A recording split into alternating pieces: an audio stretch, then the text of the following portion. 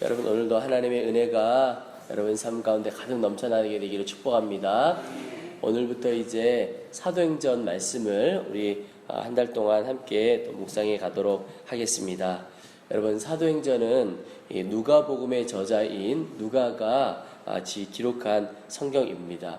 그래서 오늘 누가가 이전에 데오빌러여 하면서 이전에 기록한 것, 이게 바로 누가복음을 말하고 이제 사도행전 두 번째 성경을 기록하고 있습니다.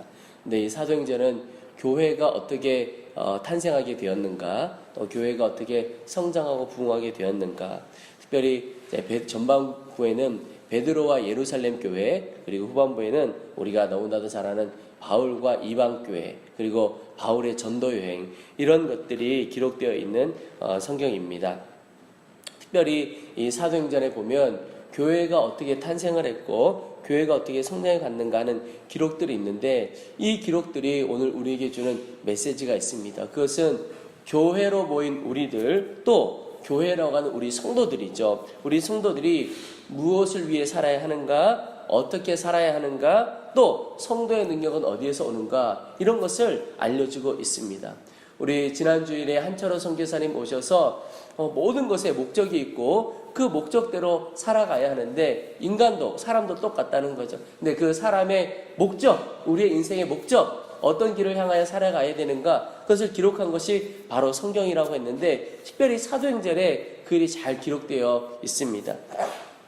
여러분 특별히 오늘 읽었던 본문에 보면 교회도, 또 교회인 우리 성도들도 어떻게 살아가야 하느냐, 우리의 능력은 어디에서 오느냐, 이 부분이 기록되어 있는데, 먼저는 우리 성도들이 또 교회가 성령으로 세례를 받아야 맡겨준 일, 사명 감당할 수 있다, 그 말씀을 하고 있습니다. 4절 5절 함께 보겠습니다. 사도와 함께 모이사 그들에게 분부하여 이르시되 예루살렘을 떠나지 말고 내게서 들은 바 아버지의 약속하신 것을 기다리라. 요한은 물로 세례를 베풀었으나 너희는 몇 날이 못되어 성령으로 세례를 받으리라 하셨느니라. 여러분, 이 주님께서 이제 부활하신 주님이, 그리고 승천하시기 전에 그들에게 주님께서 하신 말씀이 성령으로 세례 받을 것이라, 성령으로 세례를 받아야 한다, 그 말씀을 하고 있습니다. 여러분, 왜 주님께서 승천하시기 전에 가장 강조한 것, 성령으로 세례 받아야 한다, 이 말씀을 하셨을까요? 여러분, 주님께서 우리의 삶을 허락해 주시고 사명 주시고 목적도 주셨습니다. 우리가 감당해야 할 일들이 있다는 겁니다. 가정에서 감당할 일, 또 일터에서 감당할 일, 우리에게 감당할 일들이 있는데, 그 일들을 성령의 능력이 아니고는 제대로 감당할 수가 없기 때문에 주님께서 너희들 성령 세례를 받아야 된다, 그 말씀을 하고 있습니다. 그래서 어느 목사님이 그런 말씀을 하셨습니다.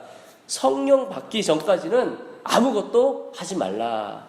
왜 그런가? 성령의 능력이 아니고는 내 능력으로는 아무리 몸부림쳐봐야 그건 그냥 발버둥 뿐이지 실제로 열매가 있고 변화는 없다는 겁니다. 내가 내 가정을 변화시키고 가족을 변화시키려고 내 힘으로 몸부림치면 어떤 일만 일어날까요? 싸움만 일어나는 경우가 많습니다. 다툼과 갈등만 일어나는 경우가 많습니다. 내 힘으로는 안 되는 겁니다. 내 능력으로 사는 것이 아니라 주님의 능력으로 살아가야 하는 겁니다. 성도의 인생이, 성도의 삶이 바로 그런 겁니다. 저 사람이 정상적인 성도에 정말 예수 믿는 자다 그러면 이제 나의 힘으로 사는 것이 아니고 내 안에 계신 주님의 능력으로 살아가는 겁니다. 이게 성령 세례가 뭐냐면 성령이 내 안에 계시고 임하시고 나를 온전히 다스려가는 것, 내가 주님께 온전히 나를 맡겨드리는 것, 짧게 말하면 그것을 바로 성령 세례라고 말할 수 있습니다. 근데 주님의 능력으로 살아가게 되는 것, 이게 바로 성령 세례이죠. 여러분, 우리는 얼마나 내 힘으로 살아보려고 몸부림치는지 모릅니다. 근데 여러분, 내 힘으로 살아가려고 하는 것은 제가 표현한 대로 몸부림에 불과합니다. 그 몸부림에 효과가 없어요. 주님의 능력으로 살아가야 한다는 겁니다. 우리가 하나님의 능력을 다 경험하며 살기를 축복합니다. 그런데 나의 능력과 하나님의 능력이 어떤 차이가 있는가를 우리가 알면 하나님의 능력을 구할 수밖에 없습니다. 여러분, 유치원생 아이가 있다고 칩시다. 그 아이가 어떤 일을 합니다. 그리고 대학생이 하나가 있어요. 그 대학생이 어떤 일을 한다고 해보세요. 똑같은 일을 할 때 유치원생이 하는 것과 대학생이 하는 것 사이에 일의 차이가 얼마나 있을까요? 많이 있지요. 하다못해 요 예배당 하나 정리하고 뭔가를 하는 것도 유치원생 아무리 많이 데려다 놓고 얘들아 여기 어떻게 해봐라 하는 거하고 그냥 대학생 한 명 데려다 놓고 시간이 좀 걸릴지는 모르지만 요것 좀 어떻게 해봐라 하는 거는 차이가 있습니다. 유치원생들은 아무리 해보라 그래도 어떤 일이 벌어지죠? 너희는 그냥 가만히 있는 게 돕는 거다. 이런 수준이 되는 거죠. 근데 대학생은 시간이 좀 걸리겠지만 뭔가 이렇게 해 나갈 수 있죠. 이게 뭐죠? 차원이 다르다는 거죠. 그런데 하나님과 우리와의 관계는 이런 유치원생과 대학생 정도의 차이가 나는 그런 수준이 아니라는 겁니다. 여러분, 개미가 보는 눈하고 사람이 보는 눈, 보는 세상 얼마나 다를까요? 엄청난 차이가 있지요. 개미는 그저 그 얼마 안 되는 땅을 보고 살아가고 사람은 아무리 연약한 인간이어도 보는 게 개미하고는 다르죠. 우리가 이런 것을 차원이 다르다 이런 표현을 쓰지요. 너무너무 다릅니다. 그런데 하나님과 우리 사이에 일어나는 차이가 바로 이렇게 개미와 사람 사이에서 보는 차원이 다른 그런 시선, 그런 능력 이런 것과도 더 비교할 수 없는 큰 차이가 있는 겁니다. 하나님의 차원과 우리 사이의 차원은 말할 수 없이 큰 것입니다. 그러니 어떤 일을 감당할 때에 내 수준의 개미와 같은 내 수준의 능력을 가지고 일하는 것과 하나님 차원의 능력으로 일하는 것 얼마나 다르겠습니까? 여러분, 우리 가운데 이 차이를 분명히 경험하고 또 인식하고 그렇구나, 내 힘으로는 감당할 수 없는 일이고 오직 하나님의 능력으로 감당하게 되면 엄청난 일을 감당하게 되는구나. 여러분, 하나님 차원의 능력이 있음을 믿고 그 하나님의 능력을 구해보시기를 바랍니다. 이게 바로 성령 세례고 주의 능력으로 사는 것입니다. 여러분, 성령 세례 어떻게 받을 수 있습니까? 주님께서 주시는 것입니다. 오늘 말씀에 보면 약속을 해주셨습니다. 예루살렘을 떠나지 말라 이런 말씀을 주셨어요. 이것은 바로 성령 세례 주실 은혜 자리를 떠나지 말고 사명을 갖고 나아가라 이런 뜻이기도 하고, 또 하나 약속을 주신 게 몇 날 못 되어 성령으로 세례를 받으리라 그랬습니다. 약속하신 것을 기다리라. 그러니까 의심하지 말고 하나님 앞에 구하고 기다리라라고 하는 것입니다. 이후에도 보면 주의 제자들이 주의 성령 임하는 것을 기도하고 성령 세례를 받게 되는 역사가 일어나게 되죠. 여러분, 구하는 자에게 주시고 몇 날이 못 되어 성령으로 세례를 받으리라. 받을 수도 있고 아닐 수도 있고 이게 아니고 받으리라고 약속을 해주신 겁니다. 예수님을 나의 구주로 믿기로 한 모든 이에게 주님께서 성령 세례를 부어주십니다. 그 말은 하나님의 능력을 그 안에 다 부어주시려고 주님은 다 예비하고 계시다는 사실입니다. 여러분, 오늘 하루 내 힘으로 살아가 보려고 몸부림치는 하루가 되어지지 않고 주의 능력으로 넉넉히 이기는 하루 되시기를 축복합니다. 그 삶은 멀리 있는 삶이 아니고 약속된 삶이고 우리가 실제 경험해 갈 수 있는 은혜의 삶입니다. 또 하나, 주님께서 교회는 어떻게 살아야 하고 성도는 어떤 인생을 살아야 하느냐, 바로 증인의 삶을 살아야 된다, 증인이 되어야 된다라고 말씀하고 있습니다. 8절에 오직 성령이 너희에게 임하시면 너희가 권능을 받고 예루살렘과 온 유대와 사마리아와 땅끝까지 이르러 내 증인이 되리라 그랬습니다. 여러분, 교회와 성도들은 하나님의 권능을 받아야 합니다. 그리고 또 하나, 그 권능으로 어떤 인생을 살아가야 되느냐, 증인이 된 삶을 사는 것입니다. 여러분, 하나님께서 힘은 주셨는데 그 힘을 제대로 쓰고 목적에 맞게 써야 하는 거죠. 그게 뭐냐면 바로 증인된 삶을 살아가는 것입니다. 여러분, 교회는 증인이고 성도는 증인입니다. 그런데 어떤 증인이냐? 바로 부활하신 예수 그리스도의 증인입니다. 예수 부활의 증인이 바로 성도가 되는 것입니다. 여러분, 우리 교회가 꼭 해야 될 것이 있고 우리 성도들이 꼭 해야 될 것이 있습니다. 여러분, 어떤 것은 교회가 해도 되고 하지 않아도 되는 그런 것들도 있습니다. 여러분, 요즘 이렇게 교회들이 카페 같은 거 이런 거 많이 하죠. 참 저희도 보기가 좋고 저희 교회도 기회가 되면 할 수 있으면 참 좋을 것 같아요. 근데 여러분, 교회가 카페를 꼭 해야 됩니까? 해도 되고 안 해도 됩니까? 그건요, 해도 되고 안 해도 되는 겁니다. 어떤 목적을 가지고 형편을 가지고 할 수도 있어요. 근데 그것 못해도 별로 상관이 없어요. 그런데 교회가 부활의 주님의 증인이 되는 것은 해도 되고 안 해도 되고 이게 아니라는 거예요. 반드시 해야 되는 겁니다. 성도의 삶도 마찬가지입니다. 성도의 삶의 어떤 것은 이것은 할 수도 있고 하면 더욱 좋고 또 못할 수도 있고 이런 것도 있어요. 그런데 어떤 것은 꼭 해야 돼요. 내가 부활하신 예수 그리스도의 증인이 되는 것은 반드시 해야 하는 것입니다. 여러분, 저는 우리 교회도 우리 성도들도 정말 주님의 온전한 증인 다 되어주시기를 주의 이름으로 축원합니다. 제가 참 부러워하는 교회가 몇 군데가 있는데 특징이 하나가 있습니다. 근데 그 중에 하나 특별히 참 부러워하는 교회 하나가 춘천의 어느 한 교회입니다. 제가 그 교회를 왜 부러워하느냐, 어느 날 신문 광고를 보는데 신문 광고 뒷면에 그 교인들 한 사람 한 사람 사진이 가득 들어있는 겁니다. 그리고 이름이 아주 간단하게 적혀져 있고 그 밑에 아주 간단하게 그의 삶을 적어놨는데 이전의 삶과 이후의 삶을 적어놓았습니다. 예를 들면 이런 겁니다. 알코올 중독자가 변해서 사랑의 사람으로 바뀌다. 이런 글귀가 적혀져 있고, 자기애로 가득한 사람이 사랑의 사람으로 바뀌다. 우울로 가득한 사람이 기쁨의 사람이 되다.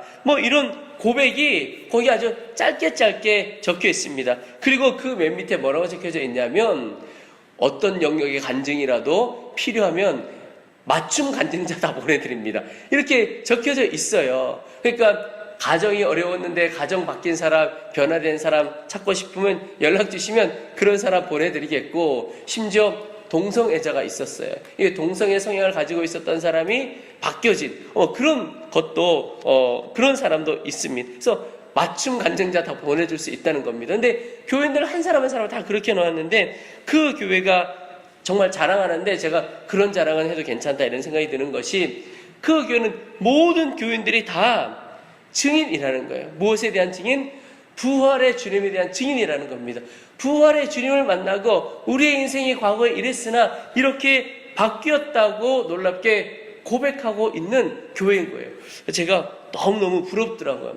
야, 이 교회는 교인 전부가 다 부활의 주님을 증거하는 증인 공동체구나. 여러분, 저는 우리 교회도 그런 증인들이 많이 있다고 믿고 또 모든 성도들이 그런 증인 되기를 정말 소망하고 기도합니다. 우리는 증인이고 우리 교회는 증인 공동체가 되어지는 겁니다. 살아계신 주님, 부활의 주님을 증거하는 거죠. 그 부활의 주님을 만나고 이전의 나의 삶과 이후의 나의 삶이 어떻게 바뀌어졌는가를 보여주는 것이죠. 여러분, 다른 거 다 놓쳐도 성도와 교회가 놓치지 말아야 할 것, 그것이 바로 본질이죠. 그게 바로 부활의 주님을 증거하는 증인 공동체가 되는 것입니다. 오늘 또 말씀에 하나 더 나와 있는 것이 예루살렘과 온 유대와 사마리아와 땅끝까지 주님을 증거하라, 이런 표현이 있습니다. 여러분, 여기 있는 것이 물리적으로도 보면 이때 예루살렘, 온 유대, 사마리아 땅끝까지 점점점 확장되어 가는 것을 봅니다. 근데 지금 우리에게 있어서 물리적으로 보면 우리가 살고 있는 것, 더 나아가서 나라, 그 다음에 열방, 이렇게 나아가 있는 것이겠지만 출발은요, 나의 가정일 수 있습니다.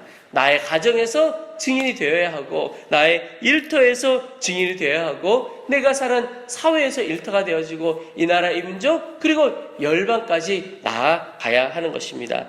참 안타까운 것 중에 하나가, 증인이 되는 것에서 내가 열방에 나가서 부활의 주님이 증인이 되리라, 너무 좋습니다. 그런데 가정에서는 증인으로 살지 못하는 거예요. 이게 너무너무 안타까운 현실입니다. 교회에서는 부활의 증인이에요. 근데 집에 가면 전혀 다른 사람이에요. 여러분, 이게 지금 누구 이야기예요? 제 이야기입니다.